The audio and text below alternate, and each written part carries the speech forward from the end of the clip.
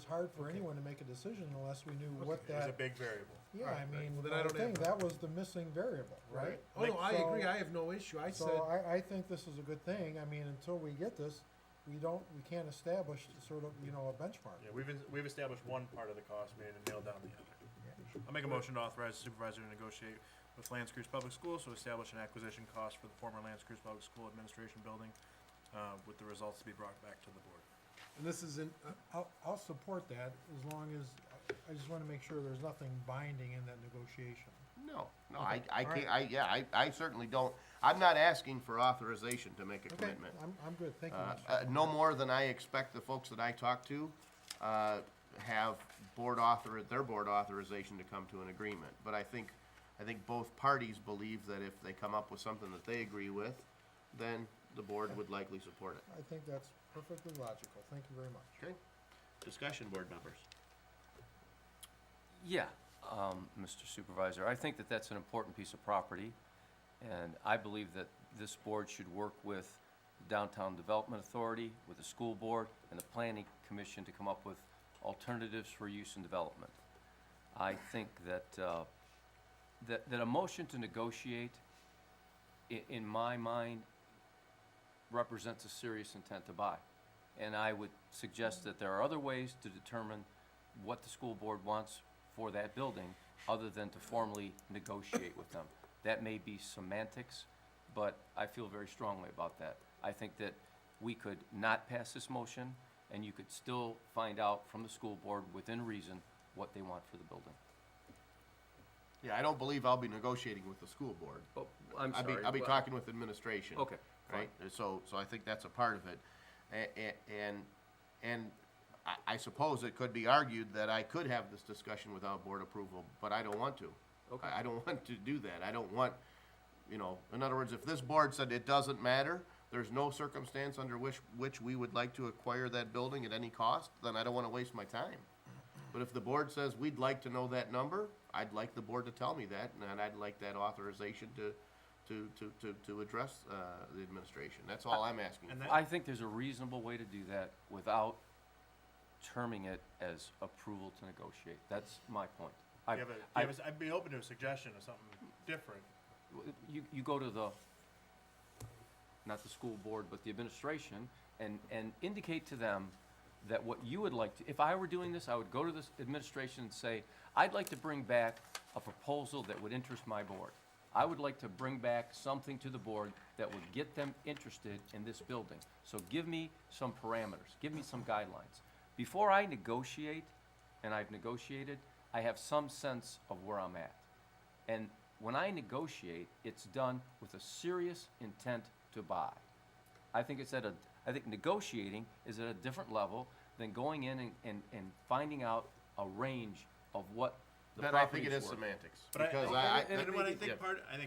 part of the conversation is beyond simple dollars for acquisition costs. Part of the negotiation, and I think we discussed this at our workshop, was how that purchase is actually done. What transaction do we use How's it to structured? fund that? How's that structured? So that's more than, because I mean, they gave us a copy of the appraisal. We know what the building appraised for. So if that's the ballpark number, that's the ballpark number. We need beyond that, as we were discussing at the workshop, I think we need to know how the school board would be open to structuring that, because that impacts it. Let's say they say, we'll give it to you for $1 now, and then in 30 years, you owe us the rest of the amount because, we just want to get it done and figure out a way to do it. Oh, that's cool. That makes sense. Or they want to say, oh, we want cash up front. That's a different decision, or some structured number in between there. It impacts the decision. And I'll be frank with you. I understand we want to separate this issue from the entire notion of acquiring the building and renovating it. I get that. It's difficult for me to do that, and I'll be very frank with you. I'm not trying to separate anything. I've been pretty consistent all Right. along that And- I think we should acquire it and move there. I'm Right.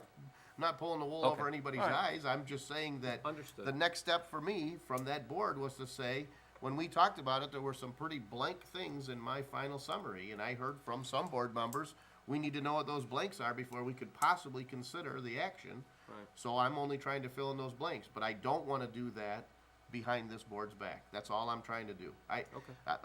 If it were in a workshop, and the board were comfortable then, I'd have asked the question then, but we don't normally take action at a workshop, so I'm bringing it back before the board to say, do you want me to come up with that number? And if the board said, no, there's no possible way, I won't cry myself to sleep, I just want permission to do it, that's all. Well, I can say if I'm giving a soft, sort of a soft thing that I wanna move in that building, I don't see it, timing right now, I don't see it under any circumstances where I'm voting yes. Even if they were to give me that building for free, I personally don't think that with some of the other items, unknowns that we have here, that we should be going out on a 7-figure limb possibly to renovate that building. Once again, my opinion, we have this lawsuit out there, don't know what's gonna happen with it, I got the fire, but don't know what's gonna happen. More of a timing issue. If this would have been, let me say, 3 years ago when we started this, our it was completely different financial structure than we have today, or whatever it was, 4 or 5 years ago. You know, I was all for this project back then, but I don't see myself under any circumstances voting yes to move into that building. Mr. York, but that's a separate issue, right? No, I So- understand, so but once we understand, once we I have get- that one yeah, component, I understand. right, then we can say, do we want to move into that building? Do we just wanna buy it? Do we just wanna let it sit there? It's a vital part of the DDA, you know, we say they give it to us, maybe they give it to us and we just sit on it. Well, that's a Maybe different we tear it discussion. down. Maybe Well, Ken had maybe mentioned- we use a portion of it for our, Well, Ken had mentioned the soft approval, so that's why well, but I was- think until I understand I don't know what what the that soft number approval is, what that one component is, I can't make a further decision. I'm good with that. Further discussion, board? Hearing none, we'll open up the floor for public comment. Jim Senstock, 31698 San Juan. One of the crucial components of any decision to buy this property is just exactly whether or not the public agrees we need to buy this. Not once in the 3 years you've been doing this have you really asked the public how they feel about the idea of acquiring an 80-year-old building on Jefferson with probably environmental issues, and then on modifying it when you've got a perfectly good area here of buildings that will satisfy and will completely meet the needs of Harrison Township for the future as far as any additional personnel and so on. And yet you're talking about going out, and I heard you guys say, well, you're just looking for the price, but before you go just looking for the price, I'd like you to go just look and explain to the residents what we're supposed to get with this. If they give it to you for free and you spend $2.something million on it, it's not free. Is that a good use of our money? I believe Darren hit it when he said there's several things that are happening right now that indicate that we can't really afford it. I am at a complete loss to understand how we renovated this whole complex 10 years ago, and now you're talking about you're gonna tear it down because you wanna go over and sit on Jefferson Avenue. That's crazy. Nobody is clamoring up here. Not one person have I ever heard come up here and say, I think we ought to move over to Jefferson with our administration building because this place is inefficient, or this place is this, or this place is that. Not one person has come up here, and yet you guys are acting as though you're making some great big decision. Yeah, it is a big decision. It's gonna basically make the township responsible for that decision for 20 years out. That's crazy. And then you're gonna talk about coming in and asking for a fire millage. And residents should understand you're gonna be coming in and asking for a big fire millage, including increasing the size of the fire department. And how do I know that? Well, I sat through all the meetings except for the last one that they're keeping secret, so that we don't know exactly what the amount is they're proposing. This is crazy. Bill Servia, resident. First of all, where is the need? I heard from the supervisor's office that this is not a good place to have a township office, that it's residential. Well, all of those lots are also residential, but this is more in the center of the township, and it's on Town Hall. I've never heard a resident that complained about having to come over here. As you all know, I spent a lot of time in Darren's office, at least I did before I started back to work again, but I see plenty of people coming in when they could put a 49-cent stamp on with the price of fuel what it is. It costs them more than that to come over here, but they come here and they pay their bills in person. They pay their taxes in person, pay their water bills in person. So obviously they like coming here. But let's assume for the sake of argument that your other argument is that this is substandard, that we don't provide the services because we have to walk between two buildings. There's other options. You got enough land here to do whatever you need to do. You haven't even thought about that. This land is already owned by us. As a builder, I would not buy any of these lots. If you gave it to me for free, the ones over there are useless. I'm dealing with one right now because it's a triangle. I had to go 3 times to ZBA, and it's a problem. So you're not gonna be able to sell these lots for what the appraiser thinks they're gonna be worth. But that's all that's gonna do is wash the cost of tearing everything down. You're gonna tear down a building that was built, I believe, in 1998. It was whatever it was, Adam, you said last time that it was a used building. I don't see that. I see that building is just like new. What's used? The footings and part of the walls, they're masonry walls. I did the tour. What I see over there is a building that has a lot of problems. I see a lot of bearing walls that you want to take out. I don't think that it's going to be as easy as it was thought to be. But if you really insist on moving, then we have 155 acres, and I've said it before. I heard that there was no room there. There's 18 acres of highlands that's right across the street from Geno's Surf. That's why they were interested in it. Years ago, they talked about wanting to buy it for a hotel with a water park in it. They wanted 25 acres. I did due diligence and I checked on it. There's 18 acres between the drain that goes through there and the east and north boundaries. And it's above the floodplain. So there's no recognized wetlands. If you want to be over there, that would make more sense. Now, the third thing is, I heard you at the last workshop, Mr. Supervisor, say that you were willing to spend $1.25 million on renovating that building with the intent that if the land went up in value, that you'd abandon all of that. That is the most ridiculous, asinine thing I ever heard of. Spend $1.25 million with the intent of dumping that land maybe 5 or 10 years from now, if it increased. And it's not going to increase that much. If it was on the water, possibly. It's part of the DDA. You can do something with it, but you have inland. There's 8 lots, I believe, there. The ones that are on Jefferson are the only ones that are of any real value to the DDA. You start trying to develop back in there, and you're going to have pushback from the residents. But again, most important thing, what is the need? And I agree with Mr. Battante. When you're negotiating, it's with the intent of doing it. If you have no intent of moving there, then why bother? If they gave it to you for free, you're still talking about spending $1.25 million for phase 1. But what I heard at the first workshop I was at was phase 3 took the price up to $2.5 million. I don't know if that included an acquisition cost or not. And it didn't include really moving cost. I think you ought to give this whole thing up, and if you want to upgrade things here, then hire someone to give you a conceptual drawing. I can give you some ideas. If you talk to me, I'll do it for free. Thank you. Thank you.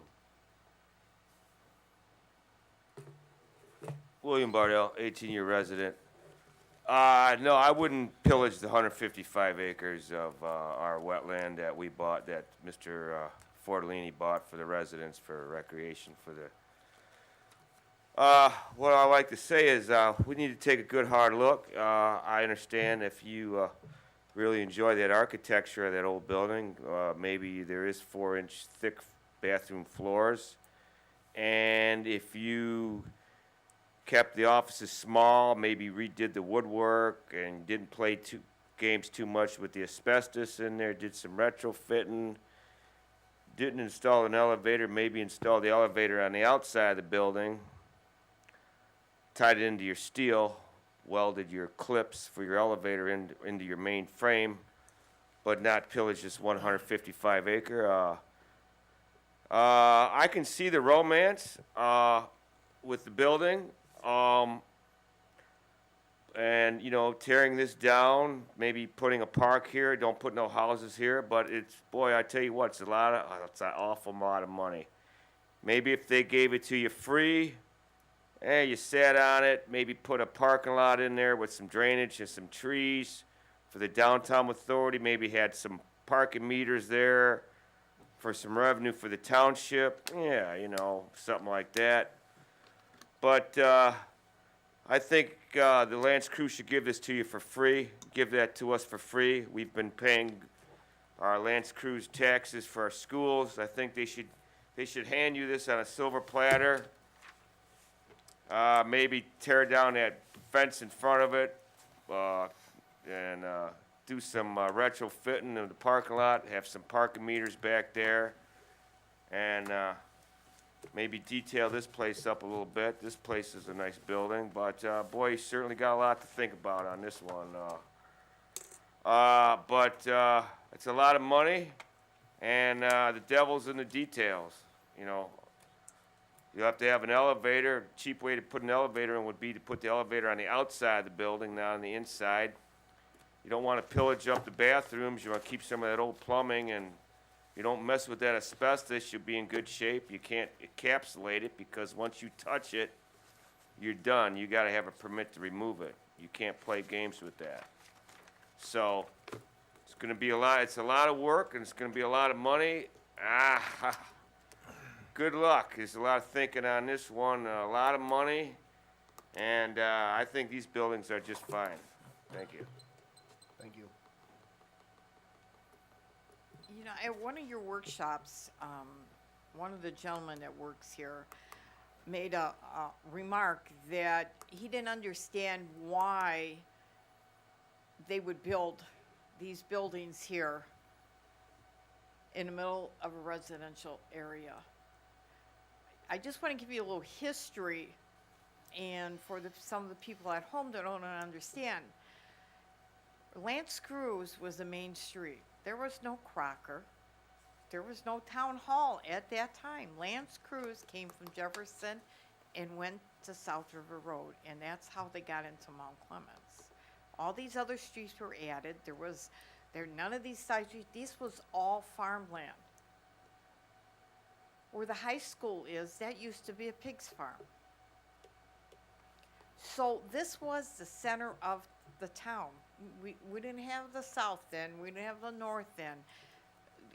Where you live, that was mostly swamp back there. That was wetlands. If you look at your history of the township, this was the center of the town.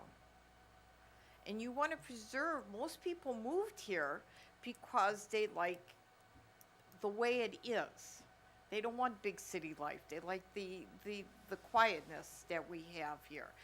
And your buildings that you have here, yeah, there's some things that could be fixed in them. I'm not saying there's not.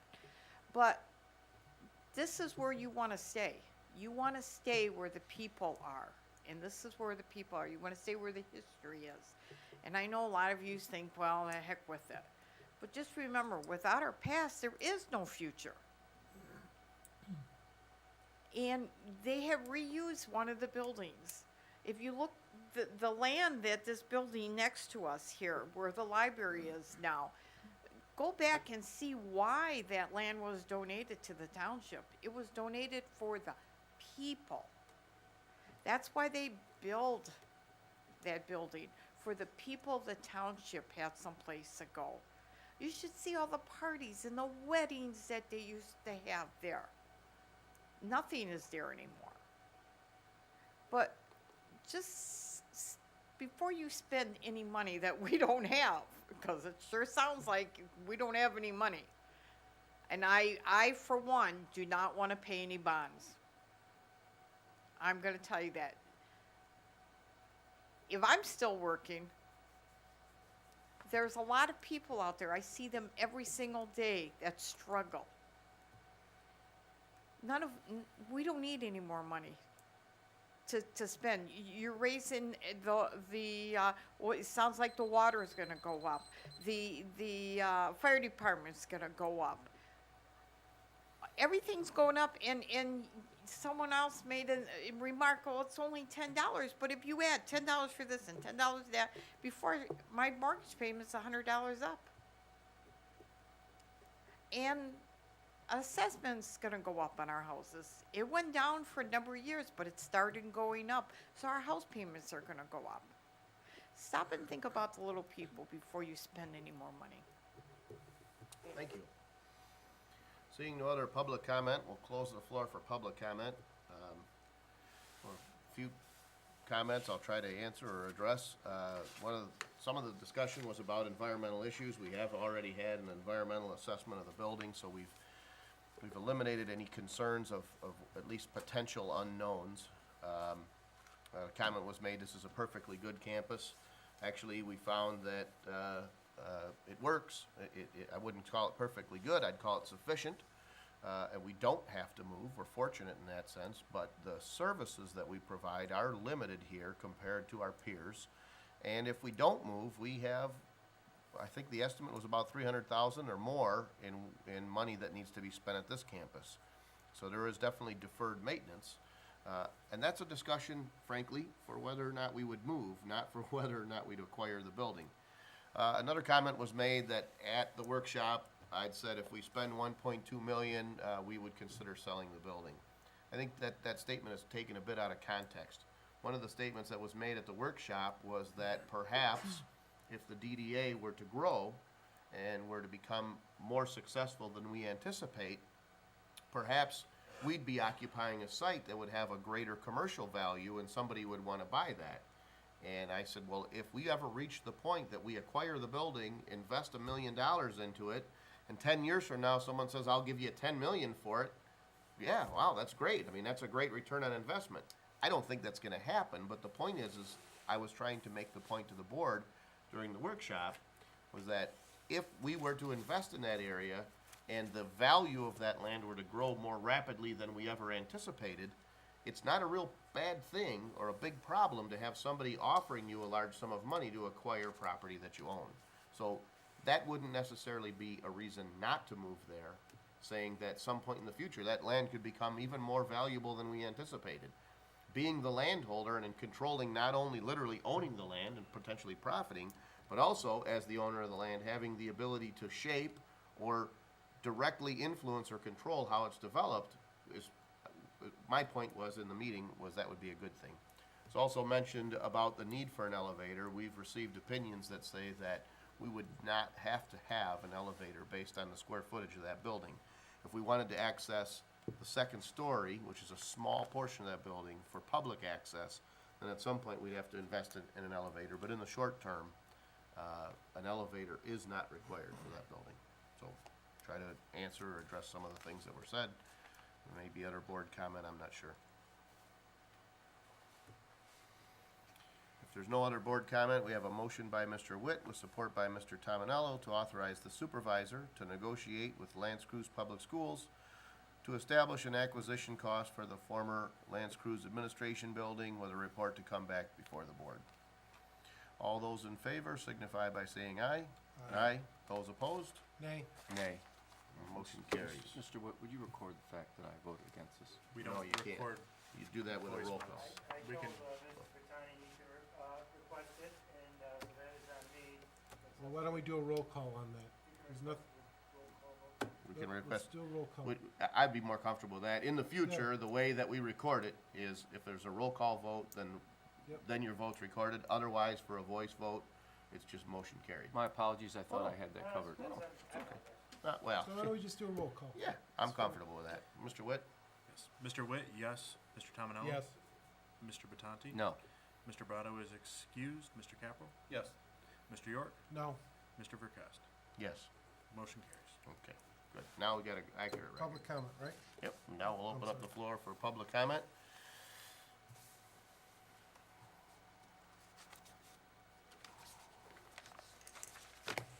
Bill Servil, resident. To continue on with the same topic that I was up here for last time, a couple of comments that I forgot to make, and one that just came to light based on the comment from the supervisor.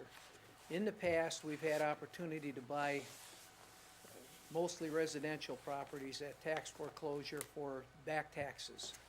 We've always elected, even though I came up here one time and said there are some properties that are valuable there. And there's a second purpose in doing that. The reason other communities do it is because you can put those things back into service, if you will, and make them tax producing. What you guys are talking about is possibly holding this building as a non-taxable entity, that you have money tied up. And anybody knows that you don't invest money in real estate that you don't plan to develop. It's a money pit. So if you're not gonna move forward with moving there, then you shouldn't buy it. You should let someone else buy it. The next thing is, as you know, my wife is a school board member, but I've listened to Jackie Johnston, the superintendent. As far as she's concerned, we are buying that building. She's stated that multiple times. But at a recent meeting, one of the other trustees made a suggestion, a longtime trustee, not a newly elected one, that possibly they should just tear the building down and build houses there. Now, I can't see them building houses on Jefferson.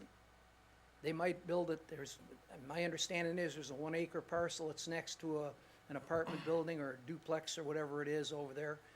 You've got a daycare that you possibly could convert into a duplex. And my understanding was it was built with that in mind.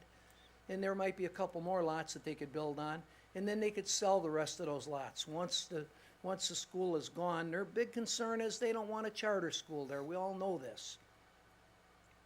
I don't know why they're so afraid of it. If they did a better job of educating, they wouldn't have people want to go to charter schools. But unfortunately, L'Anse Creuse lost another 318 students. They're bleeding badly, and that's why they're trying to hold you up. You mentioned they have an appraisal, but that's a second appraisal. They didn't like the first one because it was $150,000 less than the other one. So don't get bamboozled. As it was pointed out here by someone, even if you got that building for free, you're still gonna spend a minimum of $1.25 million on it. Phase 3 was $2.5 million. In order to get the kind of building you're talking about, you're gonna have to do more than what Phase 1. And finally, I was involved in something in Sterling Heights years ago where there was one employee that had to access some offices that were above a stock room.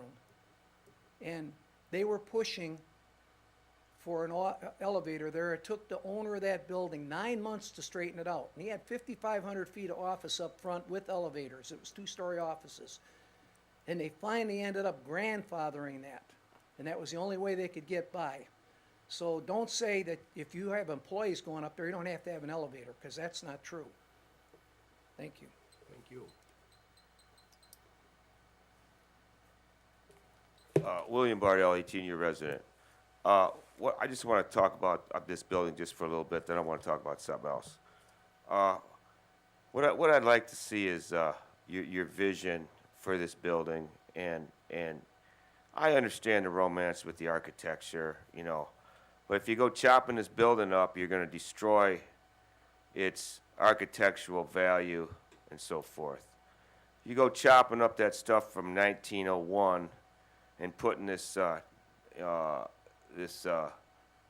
cheap laminate stuff in there, you're going to destroy it. So and the price is a lot. There's a lot to think about on this one. But I would like to know more about your vision on this building. And I know it's pretty romantic, and I'm kind of an architectural guy myself, and, but I'd like to know more on your vision. The other thing I want to talk about is, if anybody doesn't remember, we had 60 beach closings this year at Lake St. Clair. And the reason why we had 60 beach closings is because you got communities dumping into the Red Run drain and into the Clinton River, which goes into Lake St. Clair. Now, a lot of your politicians are going to dance around this and say, well, it's partially treated this and that and this and that and the other. The fact that you got 60 beach closings here at Metropolitan Beach or Lake St. Clair Beach is something that is pretty hard to put your head around, wrap your head around. So I'd like everybody to, once again, go to SaveLakeSt. and look under the facts and just kind of get an idea of what's going on and look at some of the obfuscation that our politicians are doing when it comes to water quality here in Lake St. Clair. You can go to Save Lake St. Clair Facebook if you want, but I strongly suggest everyone go to SaveLakeSt. and look under the facts. There's no real-time validation that this water is even getting treated. There's a lot of half-truths being said. The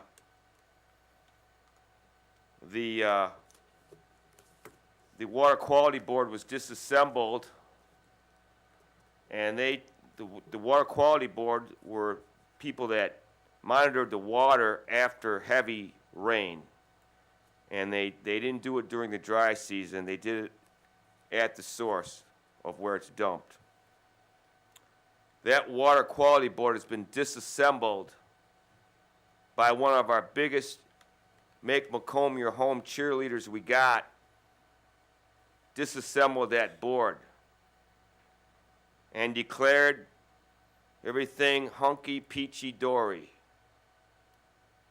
So I think when voting time comes around, whatever party you're with, look at the people, study the people, find out what they voted for, what they didn't vote for, and research your politicians and find out who's on first, who's on second, who's on third, and who's at home plate and what's going on.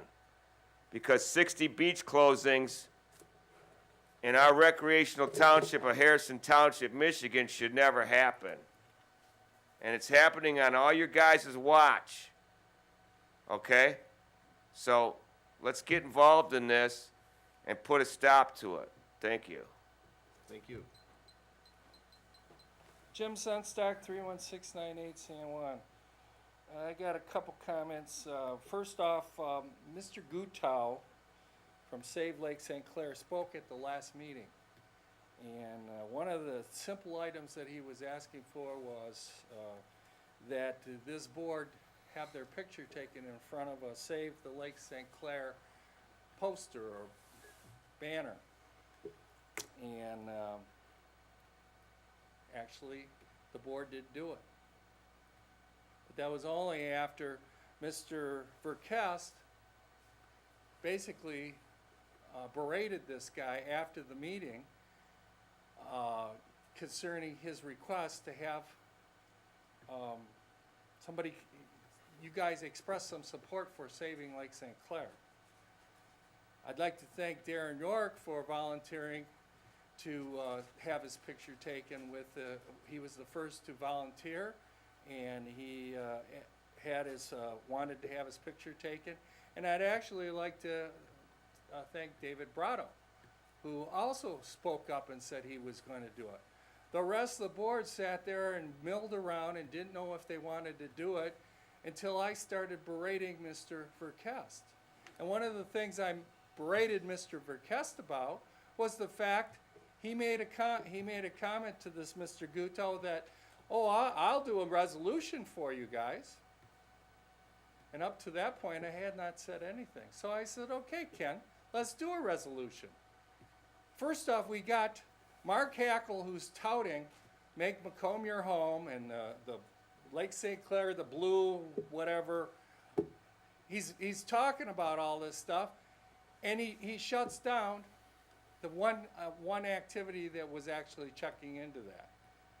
By the one gentleman, Mr. Martell, is it? Martz. Mr. Martz basically just got rid of him. Why? Because he wasn't saying what Mr. Hackle wanted said. And I know a lot about what Mr. Martz was talking about because I was involved back in 1995, 90 through 2000. I went to every single meeting that they had, every single public hearing that they had, and those politicians swore up and down that they were going to straighten this mess out. It's costly, but we were going to straighten it out. The only community that's done anything about it is Mount Clemens, about separating their sewers from the water that's dumping, the storm sewers that are dumping down the Clinton River. The only one. And they can't even afford it. Why aren't we taking a more proactive approach? We're at the end of the, basically, anal canal. Really. The Clinton River, after an event, when they dump that stuff, turns chocolate brown. I wouldn't even want my boat sitting in that stuff. And yet we won't do a thing because we don't want to offend Mr. Hackle. You know what? You should be the biggest proponents of getting something done. What is the Clinton River Watershed doing about it? We're spending $5,000, $6,000, $7,000 a year over there with those people, with those bureaucrats. What are they doing about stopping the stuff coming down the river? Nothing. And yet every year you re-up with those people and give them more money, and they all go home and they all get their paychecks from the Clinton River Watershed Council, and they do nothing. So I asked you, Mr.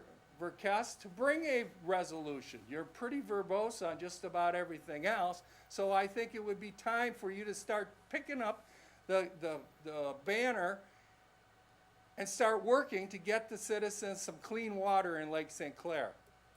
I happen to live north of the Clinton River. My water's clean because it's flushing down from the St. Clair River. But half of the community in Harrison Township got toilet paper and crap, I don't want to use the other word, sitting out there suspended in the water out in front of their places, and it settles down, and guess what? They can't figure out why they got muck that's 1.5 foot deep. So I'll ask you again one more time. Bring us a motion or bring us a resolution to support the people in your community that want to see Lake St. Clair cleaned up. Thank you. Thank you. Seeing no other public comment, we'll close the floor for public comment and move back to board comment. May be no surprise to the resident, but my recollection of the last meeting's events were a little different. After the meeting, I specifically told Mr. Gouteau that I'm a member of his page, or I've liked his page, I'm aware of his organization, and I said to him, the first thing that I said to him is that I personally do not object to taking a photograph with his banner because I'm familiar with his organization. But then I certainly, in no way did I believe that I verbally berated him, because he stayed for probably 45 minutes or an hour and talked to a few of board members after the meeting. But what I said to him was, I says, if you have a worthy cause, the way to get input and support from your representatives or representatives of a neighboring community isn't to show up at a meeting without any chance for some of those board members to do research. And what I was trying to do was explain to him that although I'm familiar with his organization and I've received links and I like it and all those other Facebook things, I didn't know if every board member here was familiar with his organization, and sometimes board members aren't comfortable supporting something that they're not educated on. And what I told him is, I said, it may be better if you come in advance. you can come to see us any day of the week, and we can put you on the agenda, not in public comments, but as literally an agenda item. We can pass a resolution, was the statement that I said. So after that, you proceeded to say, well, I insisted that I was saying I'm passing a resolution. And I didn't say that. So after the meeting, I'd said to him, if there's a series of things that you'd like to tell us, statistics, facts that you'd like us to incorporate into a resolution, let us know. But then we can further continue to say that as opposed to merely passing a resolution saying, here's what's bad, what we really need to do is we need to talk about or present or get behind a workable solution. Mr. Gutto liked that idea. I promised him that on his behalf and on this board's behalf, I would reach out to our state legislator, Mr. Ferlini, to see if there might be some plan that he'd be willing to get behind, some bill he'd like to introduce, or some concept. So I spoke to him last week. I don't know what day after the meeting I talked to him. He agreed that it would be something that he'd be willing to do, and so he'd offered to bring forward some kind of legislation or some kind of proposal.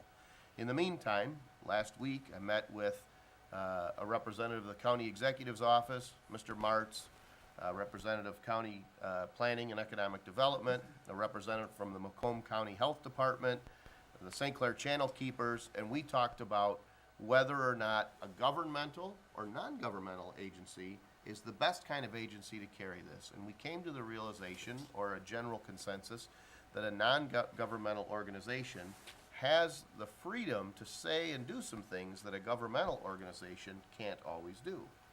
So it was discussed that as a group of representatives from the county, the health department, planning, from the executive's office, as well as it was at one of our local marinas, the representative of that marina, and so forth, all agreed that this would be a good way to proceed to try to basically get the issue back in front of policymakers. The general consensus was that the issue of water quality had slipped into neutral, was the way the fellow who called the meeting from the Channel Keepers represented it. And he said, we need to figure out a way to get it back in front of policymakers and try to make a difference once again. So, again, I have tried to make those efforts, and like I say, I spent about an hour. I think you stuck around, or we tried to explain to Mr. Gutto that we took the photograph. I didn't object to it. As I say, when he came forward, I was the first one to speak to him, and I said that I do not have an objection. But if you want to get people's buy-in, the way to do it, the analogy that I used, I said, is if you're trying to sell a truck, the way you sell trucks isn't to say, you better buy that truck now or the deal's off. If you got a good product and you present that to people, people have a chance to do their research, they're going to come back and they're going to buy the truck. Likewise, if you want to talk about this, the way to do it isn't to ambush somebody. And I further explained to him, it was clear to me that that wasn't his intent. And I said to him, I don't believe your intent was to come up and sort of browbeat us into doing it. But I said, but if you consider what it's like to be on the other side, when somebody comes forward and says, here's a banner, quick, take a picture with us, if you don't know what the organization's about, you may or may not be comfortable doing that, only to find out later that the organization supports something that you don't support. So I merely suggested to him at the time that a better way to handle that, if he wants to go to other municipalities and try to get other photographs, would be to talk about that to a couple of the board members in advance and give them a chance to do the research. But, for the record, I guess I wouldn't have thought that I'd have to say so, but I definitely support clean water. I had a conversation right here at this table earlier today with the DNR, DEQ, and the county to talk about improvements.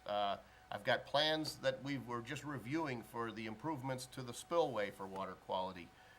Definitely, the quality of the lake, the spillway, and the river is, if I didn't want to, I couldn't avoid it. But I go out of my way to try to be involved. I'm on the AOC pack for the Clinton River. I just had correspondence today with Army Corps of Engineers about the improvements that they're making to the Harley Ensign site, saying, please don't omit me from that process. I'd like to be involved. So I could go across my calendar if it would make somebody happier, but trust me when I say we're talking about water quality on a daily basis around my office. Mr. Verkest, I'd like to add that I was at the end of that event, and I agree with your characterization of how that transpired. I think it's important to note that it's not necessarily about whether we support a particular cause or not. But quite frankly, an individual who shows up unannounced, I don't know who that person is, not necessarily the organization. And I think that in fairness, if somebody wants to publicize something using the board's pictures, that we should know in advance who they are, not necessarily the organization. So I agree with you, and I appreciate you making that comment. Thank you. Any other public comment or board comment? I do have one. Okay. I would just like to remind people that there is no hunting in the 155 acres. It's true. That is a true fact. I had a couple people call that they saw some people walking out of there. Not saying they discharge a firearm, but you're not allowed to hunt in 155 acres or discharge a firearm within the township limits. Okay. Any other board comment? Hearing none, I'd be looking for a motion to adjourn. So moved. Is there support? Support. All in favor, say aye. Aye. Those opposed? Motion carries, meeting adjourned. Thank you, board. Did you want this back? No, it's I know that's yours.